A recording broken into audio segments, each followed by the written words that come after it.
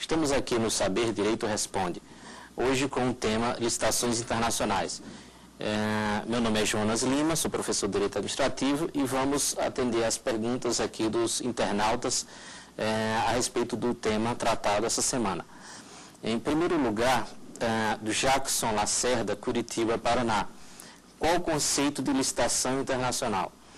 Licitação internacional é um procedimento de contratação obrigatório pelo qual o Estado necessariamente ele precisa convocar licitantes estrangeiros para participarem da disputa.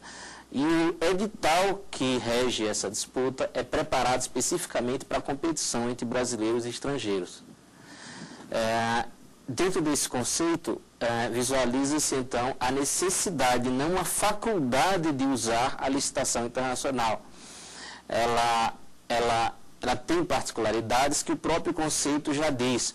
Ela visa atender a uma utilidade, a uma necessidade da administração que não seria atendida apenas em um ambiente nacional, de forma que a competição precisa ser divulgada também lá fora. A divulgação nacional é obrigatória, a divulgação do exterior também.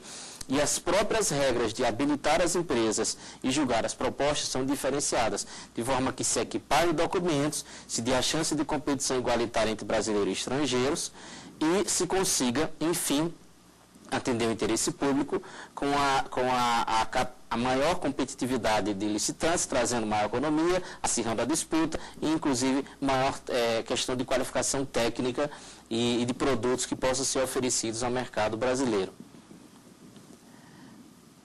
A segunda pergunta, Vinícius Negrão, João Pessoa, Paraíba. Quais as diferenças básicas entre a licitação nacional e a licitação internacional?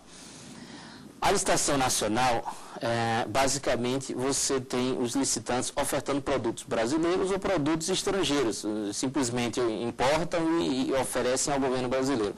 Na licitação internacional, o conceito é basicamente diferenciado pela possibilidade do estrangeiro cotar diretamente o seu produto, inclusive em moeda estrangeira. O estrangeiro pode estar associado a um brasileiro ou não precisa ter presença física em termos de empresa aberta no Brasil, apenas um representante legal.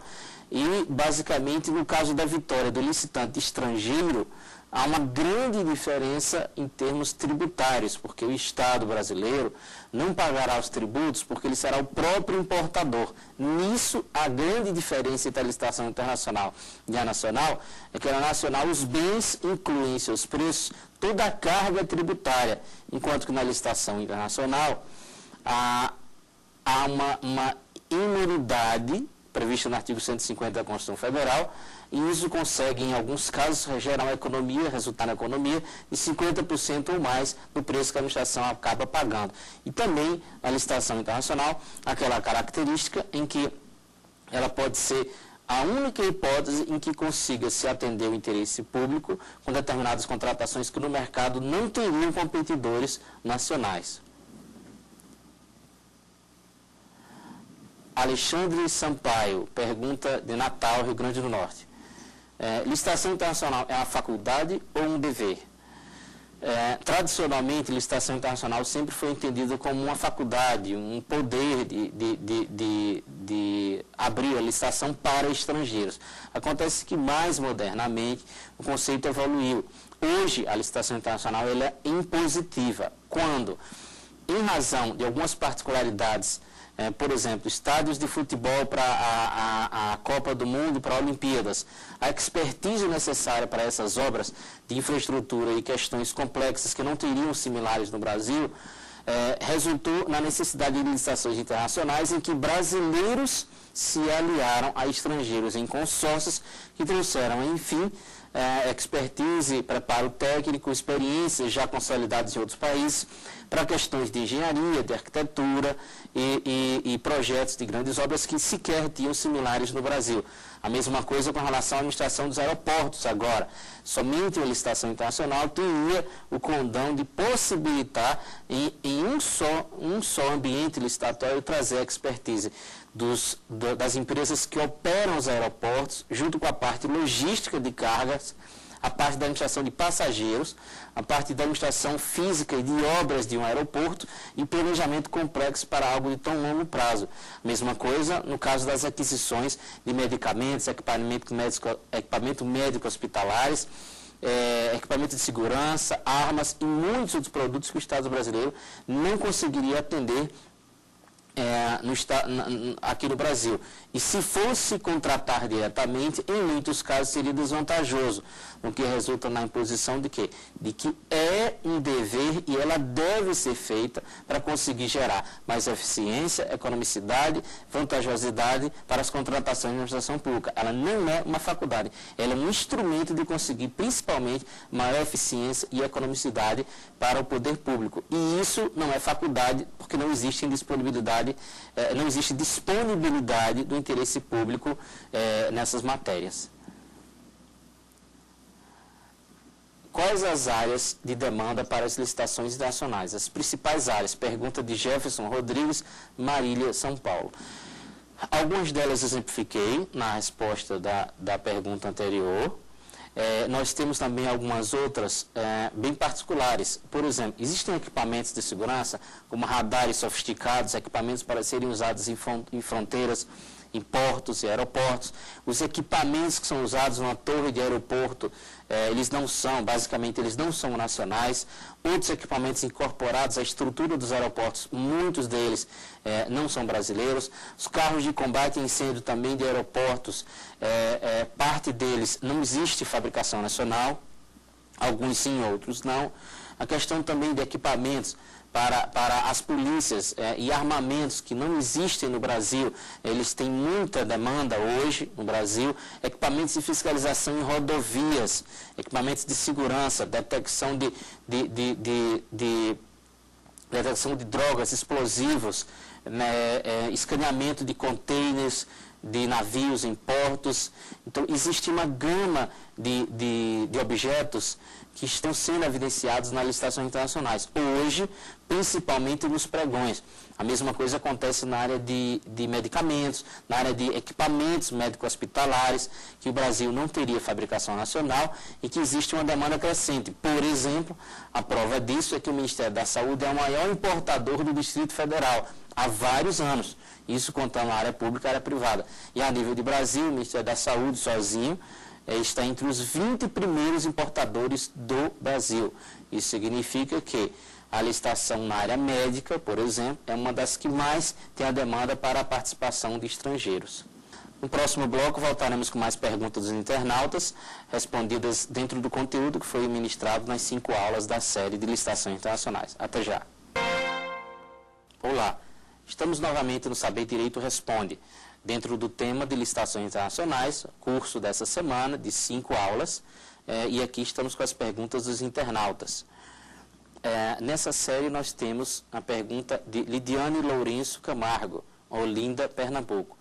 Quais as principais normas que regem as licitações internacionais? Basicamente, licitação internacional, ela tem o mesmo pressuposto do artigo 37, inciso 21 da Constituição Federal. Lá estão os princípios da administração pública e no artigo 37, especificamente, parte final do inciso 21, você tem as regras em que abrem as exigências, por exemplo, apenas necessárias, aquelas que são essenciais ao cumprimento das obrigações do contrato, a questão da igualdade de tratamento entre os licitantes, e esses pressupostos são básicos ainda na Constituição. Na sequência, você tem principalmente o artigo 3º da Lei 866, que prevê que não se deve discriminar empresas em razão da sede, da localidade, e especialmente tem um trecho da redação do artigo 3º que impede a discriminação de empresas brasileiras e estrangeiras, independente do capital nacional, estrangeiro, isso não terá repercussão.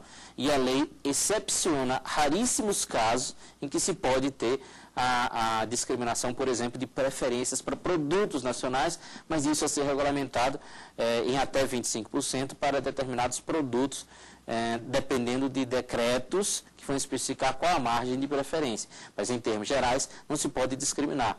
Também, nesse contexto de regras de licitação internacional, temos o artigo 24, com algumas hipóteses de dispensa de licitação para a contratação fora do Brasil. Exemplo, quando existe existe um acordo internacional em que o Brasil seja parte e que as condições sejam mais vantajosas do que licitar, mas isso tem sido muito pouco usado. As contratações diretas por inexigibilidade de empresas fora do Brasil, quando não existe competidor, viabilidade de competição de uma licitação comum, nacional. E aí passa-se artigo 32, parágrafo 4º, que é o artigo da lei que especifica a questão da representação do representante da empresa pelo seu representante no Brasil, para fins de assinar atos, receber intimações, citações para fins judiciais.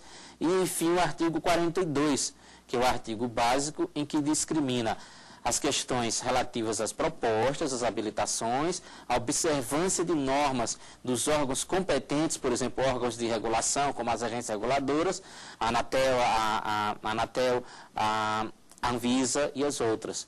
E, basicamente, disciplina como é o roteiro das propostas, em termos de elaboração com moedas estrangeiras, a equiparação das moedas, a questão da cotação em mesmo local de destino e outros detalhes que são a base da licitação internacional. Fora isso, algumas normas de anuentes de comércio exterior devem ser aplicadas, como as normas que regem as atividades da Anvisa, da Anatel, da Comissão Nacional de Energia Nuclear, do CONFEA, CREA, nas licitações de engenharia e algumas outras paralelas em razão de determinados objetos específicos que estão sendo licitados.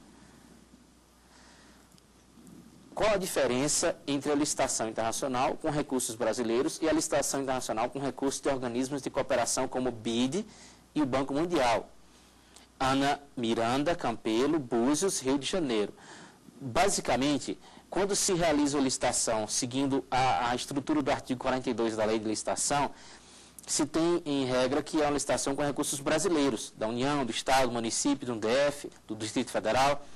Mas o próprio artigo 42 tem uma ressalva mais adiante, em que ele excepciona a aplicação da lei brasileira se existir um projeto com financiamento, por exemplo, financiamento ou doação de uma entidade internacional de cooperação, como o BID ou o BIRD, ou vários outros.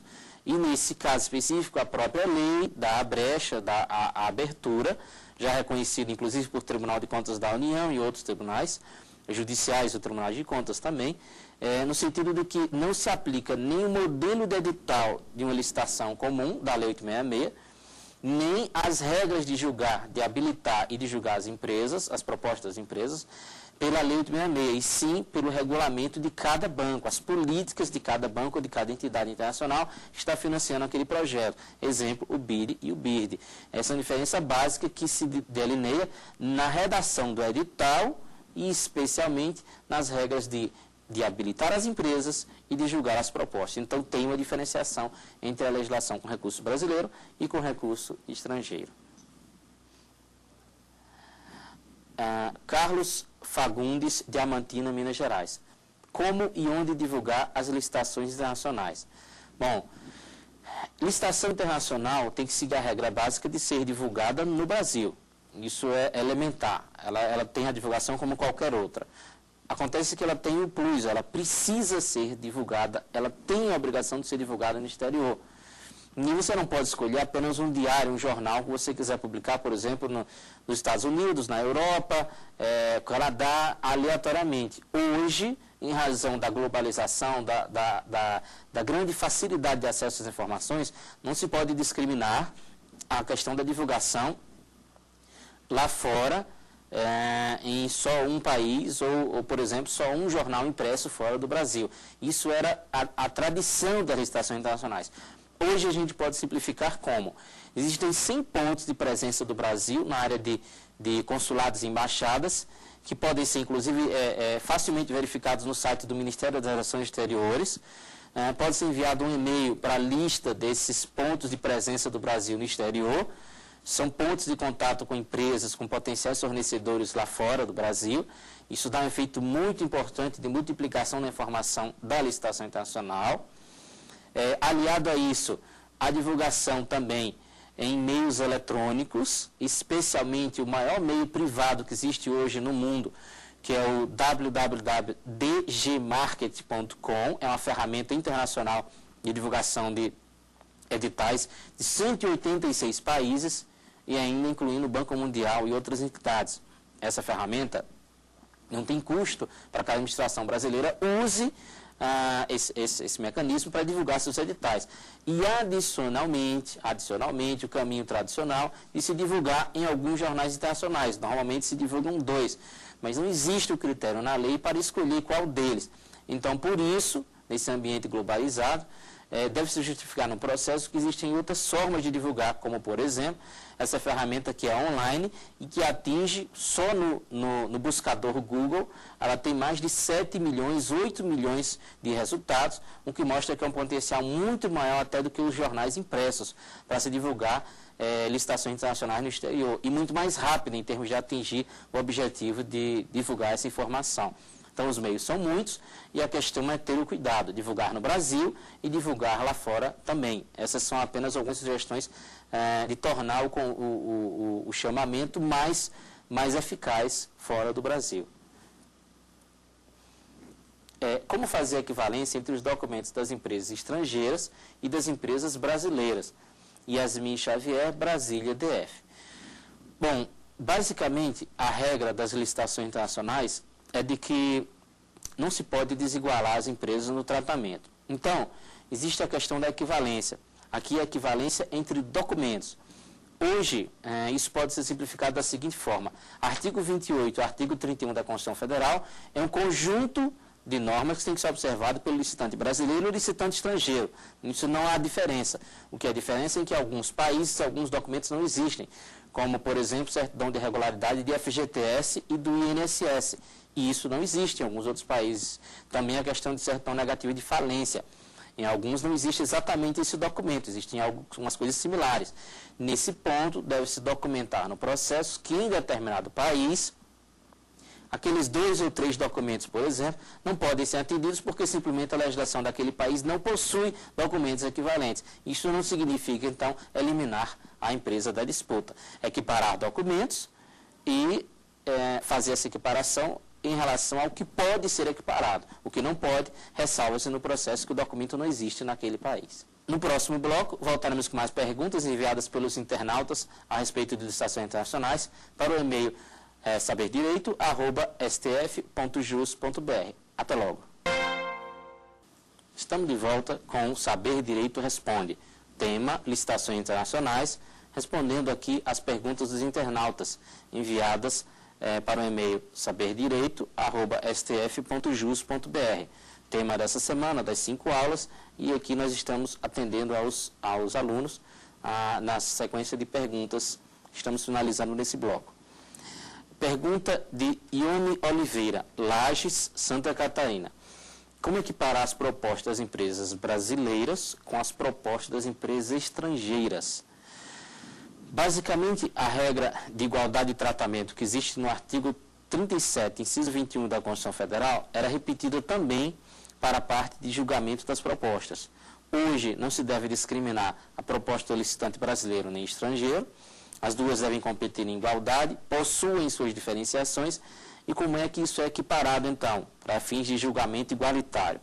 Primeiro, deve-se partir de uma premissa de que as propostas têm que começar em relação a um mesmo local de entrega de produtos, por exemplo, de um equipamento. Então, precisa haver a coerência de que todos vão calcular seus custos para entregar uma proposta em um mesmo local, em igualdade de competição. Segundo, documentos em vários idiomas são simplificados porque esses potenciais problemas não existem, porque os documentos precisam vir consularizados do país de origem, traduzidos por tradutor juramentado no Brasil para o português, e são propostas, então, iguais às outras dos licitantes brasileiros. Nisso não haverá diferença. Com relação ao que compõe a proposta, também deve seguir os mesmos roteiros que a Lei 866 e o edital especificar. Por exemplo, a descrição dos equipamentos basicamente é a mesma, só se compara coisas iguais ou similares, produtos com características similares. Nesse contexto, o que o licitante estrangeiro deve observar é que existem algumas diferenças com relação aos aspectos de regulação. Então, um produto, por exemplo, cotado na área médica, ele não pode ser ofertado no Brasil de qualquer forma, ele precisa ser coerente com a legislação relativa à Anvisa. Produto na área nuclear, por exemplo, precisa observar regras da Comissão Nacional de Energia Nuclear. Armas e outros equipamentos também possuem regras específicas. Por exemplo, armas têm que passar pela anuência do Exército Brasileiro, que tem outras regras a serem observadas. A questão de produtos que possam ser, por exemplo, um pó químico, alguma coisa que pode se transformar em algo que seja entorpecente, tem que passar pela anuência da Polícia Federal. Nesse contexto, a grande diferença que existe não é uma discriminação, mas basicamente uma diferenciação de observância de regulamentos brasileiros, que não podem ser substituídos por regras do país de origem, mas as propostas não devem ser discriminadas. A questão das propostas é equalizada basicamente pelo câmbio. Se diz no edital, se permite, por exemplo, euro, real e dólar, isso são exemplos. Quanto mais moedas estrangeiras, principalmente euro e dólar, essas em especial, elas aumentam a competitividade, esse interesse com relação à participação dos estrangeiros, que isso não acontece com a licitação internacional, mesmo internacional, mas apenas com a moeda em real. Então, as propostas são equiparadas pelo valor, e a questão da equalização entre as propostas para que haja uma equivalência em termos de preço, ela não passa apenas pelo valor do câmbio, mas também pelo valor da carga tributária que incide em cima dos brasileiros. Então, por exemplo, tributos que incidem somente em relação às propostas brasileiras, como ICMS, PIS, COFINS, Imposto de Produtos Industrializados, esses são simulados em igualdade em relação aos produtos estrangeiros. E nisso se faz um julgamento considerado justo, considerado equalizado. Apesar de que, na hora de contratar, faturar, pagar, o Estado brasileiro não vai pagar a tributação para ele mesmo. Ele tem uma unidade tributária quando ele for o próprio importador. Essa é uma diferença. As propostas são equalizadas em termos das moedas, para se chegar ao real. O vencedor em dólar, a proposta dele ficará impregnada com a obrigação em dólar, mas existe a equiparação para a moeda em real. Com relação à questão dos percentuais de tributos, é uma questão simples, apenas de colocar os percentuais dos tributos, desconsiderando-se o imposto de importação, que não incide exatamente sobre os brasileiros, apenas os outros que eu já mencionei. E aí, simples, em uma planilha do Excel, se consegue fazer, por exemplo, no pregão presencial, uma fácil comparação das propostas de forma bem igualitária. Quais são as garantias prestadas pelas empresas estrangeiras na licitação e na execução do contrato? Laís Marques, Guarulhos, São Paulo. Toda a garantia que o licitante brasileiro tem que prestar, basicamente, pode ser prestada pelo licitante estrangeiro. A diferença básica é que o licitante brasileiro apresenta um documento, por exemplo, de um banco aqui, um banco local, um banco brasileiro. E nesse contexto, o licitante estrangeiro apresenta documentos que são os equivalentes de bancos do seu país ou até de outros países, não existe essa restrição, com os documentos que podem ser aceitos, documentos, por exemplo, bid bond, a garantia de oferta, a garantia de proposta, e performance bond, que é a garantia de execução do contrato. São similares às garantias brasileiras, a mesma função, apenas com cuidado de estarem os papéis todos consularizados no país de origem e traduzidos no Brasil por tradutor juramentado, para dar a legitimidade desses papéis. E no mais, é uma garantia como qualquer outra. Nós agradecemos a participação de todos com as perguntas enviadas sobre o tema licitações internacionais. Este programa está disponível no endereço www.youtube.com/Saber Direito Responde. Obrigado pela atenção e até a próxima oportunidade.